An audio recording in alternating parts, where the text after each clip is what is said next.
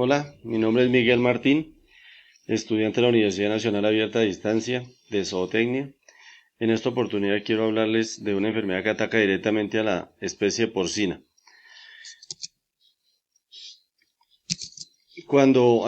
Antes de hablar de esta enfermedad, que tiene que ver con los virus, vamos a ver qué es un virus. Son entidades orgánicas compuestas de solo material genético, rodeada por una envoltura protectora. Carecen de vida independiente, pero se pueden replicar al interior de cualquier célula viva, lo que conlleva al perjuicio del huésped, en este caso el cerdo. Estos son conocidos como los organismos más pequeños en el mundo, pero son los causales de una infinidad de enfermedades en los seres humanos, en los animales, plantas y aún en las propias bacterias. En este caso hablamos del circovirus. Son pequeños agentes víricos que pertenecen a la familia de Circoviridae e infectan a los cerdos domésticos y a los cerdos salvajes. Como podemos observar, la estructura es muy simple. A pesar de esto existe cierta diversidad que es usada para la clasificación de estos microorganismos. En la estructura encontramos dos partes que son los capsómeros y el ácido nucleico. El ácido nucleico, ADN o ARN, cualquiera de estos ácidos, se puede presentar de forma monocatenaria o bicatenaria. También tenemos el cápside, que es la cubierta proteica que rodea al ácido nucleico, formada por numerosas copias de una proteína.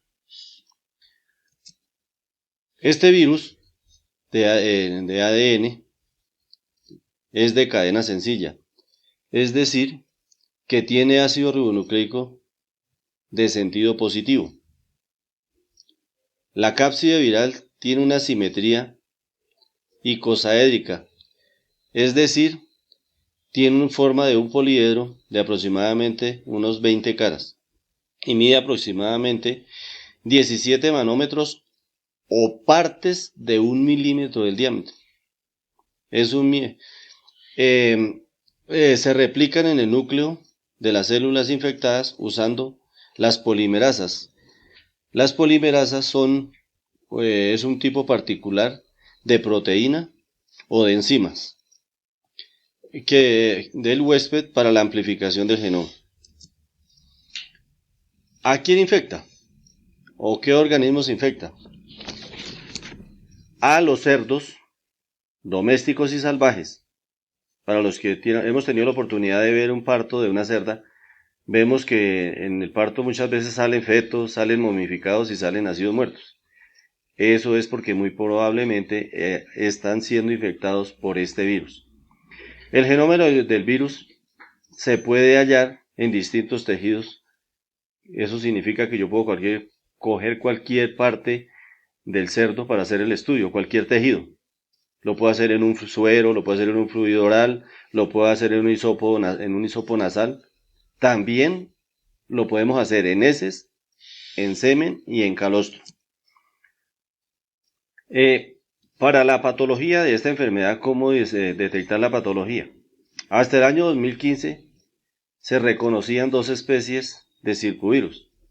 El circovirus 1, considerado como no patógeno, es decir, los animales que poseían este virus no presentaban ninguna complicación, tampoco se llegó a detectar muertes por esta enfermedad, por esta clasificación.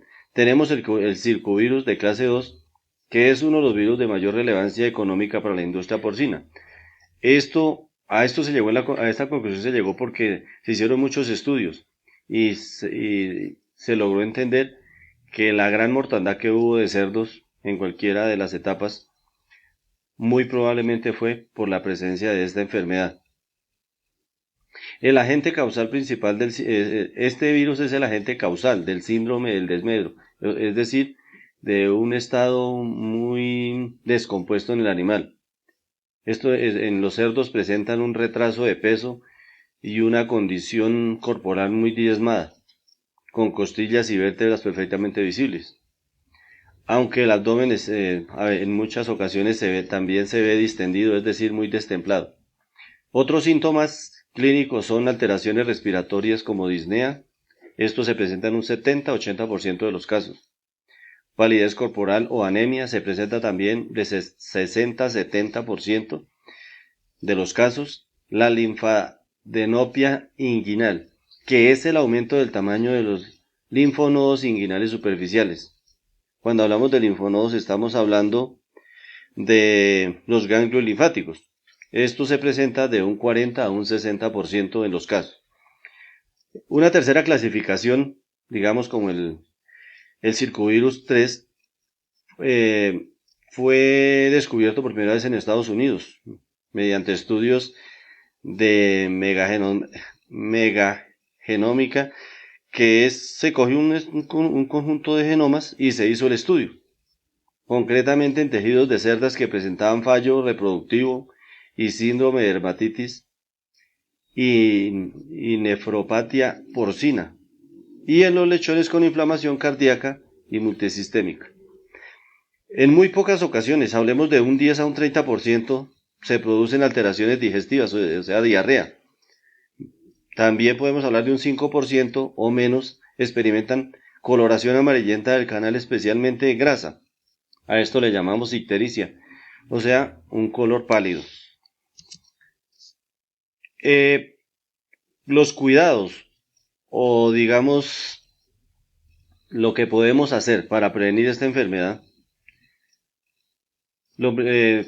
Las medidas de prevención contra el circovirus porcino están directamente relacionadas con el manejo de las instalaciones y de los animales. De ahí las buenas prácticas agropecuarias.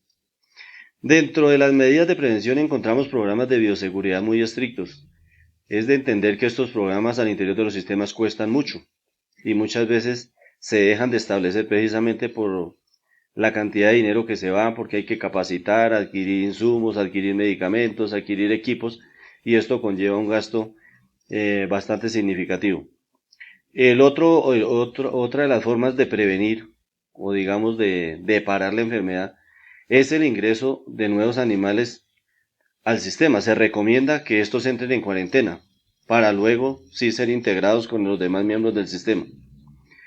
También tenemos la vacuna, que es el método más eficaz contra esto, que es de una sola administración, la cual se establece en un individuo o le hace efecto hasta las 2 semanas posteriores a su aplicación y le dura hasta cuando el animal sea llevado a planta de beneficio para su consumo. El Ingelvac, que es la vacuna, digamos así, fabricada para este caso, tiene un orden de vacunación, o se recomienda un orden. Primero se deben vacunar las hembras de reemplazo, que son las que van a suplir el puesto que dejan las que nosotros llamamos de descarte. Después tenemos los animales que están en reproducción. Cuando hablamos de reproducción estamos hablando de la hembra en la lactancia, en gestación, los berracos y por último los animales o los lechones de destete. ¿Cómo es la dosificación o cómo es la vía de administración de este medicamento? La vía de administración es 1 centímetro por vía intramuscular. Es de entender que este milímetro de la vacuna contiene antígeno inactivo, ORF2, del circovirus porcino de tipo 2. 1 por dosis. Las indicaciones para esta vacunación: de cerdos sanos susceptibles de 3 semanas de edad, como apoyo en la reducción de la depresión linfoide, inflamación y colonización del tejido linfoide, viremia y diseminación nasal de virus asociados al circovirus tipo 2. Ya lo había dicho, la vía de administración es intramuscular. Esta vacuna, hay algunas precauciones que se deben tomar y es mantenerla fuera del alcance de los niños. Esta viene en una presentación de 50 a 100 mililitros. Únicamente es aplicable o únicamente sirve para la especie porcina. Este es un dato muy importante de tener en cuenta y es no vacunar dentro de los 21 días anteriores al sacrificio, es decir, el tiempo de retiro del medicamento. Y podemos decir que este medicamento tiene un registro en el ICA con el número 7446BB. Recomendación importante para los porcicultores. Hay un medicamento que nosotros lo usamos casi contra todas las enfermedades que se llama eh, oxitetraciclina.